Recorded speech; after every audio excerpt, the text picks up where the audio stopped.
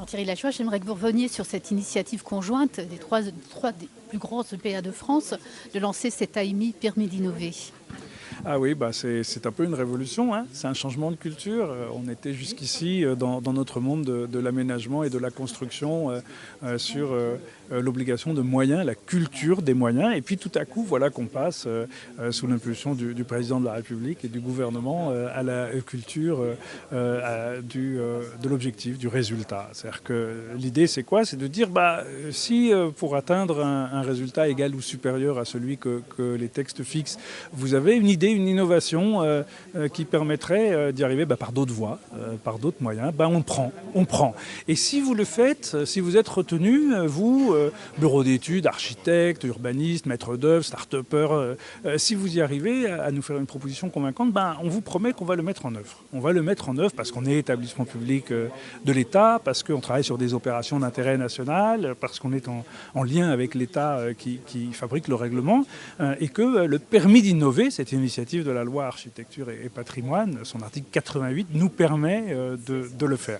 Alors ça veut dire quoi? Ça veut dire que si vous avez une bonne proposition, on vous présentera un opérateur, on vous présentera un foncier, on vous présentera une opération pour que cette innovation soit immédiatement mise en œuvre, évaluée et pourquoi pas reproduite et dupliquée.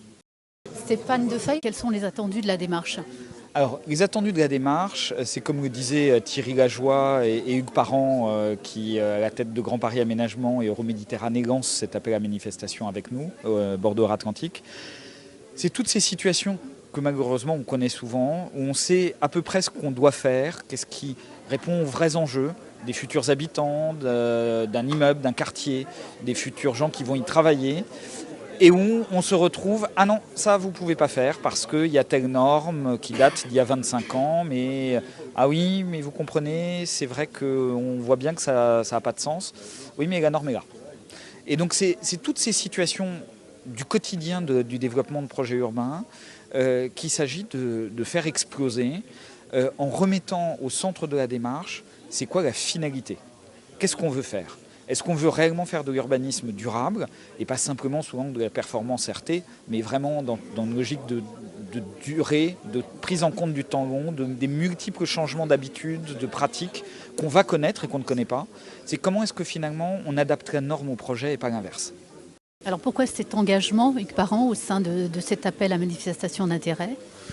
Eh bien parce que à Marseille, comme dans beaucoup d'endroits qui sont aujourd'hui des friches très peu peuplées sur lesquelles l'État est un peu un précurseur en engageant une forme urbaine qui reste à inventer, je suis moi personnellement très intéressé par faire en sorte que la ville colle à peu près à ce que veulent les habitants. Et donc on reconnaît aujourd'hui les grandes tendances, parce qu'on les voit vivre dans le monde. L'hybridation par exemple des fonctions d'un immeuble, le fait qu'il y ait du logement, du bureau au même endroit, le fait que des commerces soient en étage et pas forcément au rez-de-chaussée, et ainsi de suite. Le fait que les usages soient en train de devenir prépondérants. On voit bien que les vélos aujourd'hui, plus personne ne les possède. Les voitures demain, ça sera pareil. Les logements, ça sera peut-être un jour pareil. C'est l'usage qui compte, c'est pas forcément les murs. Le fait, par exemple, que les statuts changent, on voit de plus en plus des espaces publics se privatiser. Derrière tout ça, il y a des normes. Et il y a des normes qui se chevauchent, qui s'accumulent, qui ont été faites par des gens avec la meilleure intention il y a 10 ans, il y a 20 ans, il y a 30 ans, avec une logique qui était toujours une logique en silo. Si on veut faire de l'hybridation, il faut hybrider aussi les normes. Si on veut faire de la transparence dans les usages, il faut rendre les normes beaucoup plus transparentes. Donc il y a des choses sur lesquelles on ne peut pas transiger. Les normes concernant la sécurité, l'accessibilité, tous les aspects qui permettent aux gens de se rencontrer et d'avoir un espace public dans lequel ils se sentent bien, le respect de la propriété, de l'espace privé, mais on peut y parvenir peut-être avec énormément d'intelligence, de souplesse.